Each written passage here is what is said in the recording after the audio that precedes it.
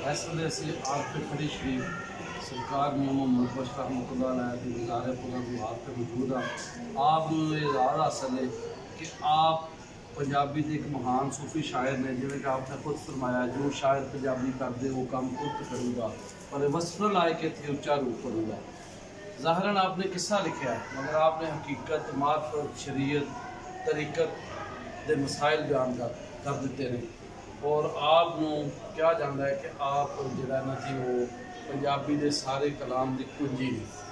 और इसलिए साइंस सरदार अली सरदार साहब लिखते हैं कि सैफ मुलूक लखारिया खड़ी अंदर पीरे शाह दा फैज़ इनाम को। सैफ मुलूक लखारिया खड़ी अंदर पीरे शाह दा फैज़ इनाम को।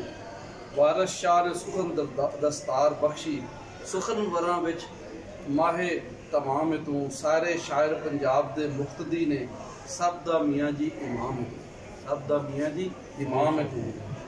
तो ये क्यों ना होंदा क्योंकि मियाँ साहब दुआ कर चुके सन कि बाल चढ़ा के इश्क दा बेड़ा रोशन करते सी ना दिल दे दीवे दी रोशनाई जावे विच ज़मीन।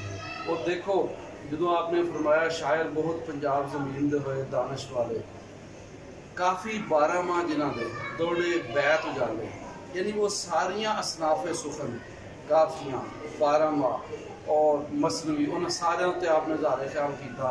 और आपने फरमाया सारे शायरों के उत्ते लिखते हैं कि अव्वल शेख फरीद बाबा फरीद का जिक्र कर रहे हैं। असी कुछ शेर आपने तकरीबन 40 के उत्ते शायरों के बारे में लिखा, लेकिन असी कुछ शायरों का हवाला देंगे। आप लिखते हैं कि अव्वल शेख फरीद शकरगंज आरफ अहले वलायत हिक हिक सुखन जुबान उदीदा राह बर राह हदायत। फिर फरमाने बाबा जी बुल्ले शाह के हवाले ना कि बुल्ले शाह की काफ़ी सुन के टुटदा कुफर अंदर दा ते वहदत दरिया के अंदर वही वतिया तरदा। सुल्तान बाहू रहमतुल्लाह अलैह के बारे लिखते हैं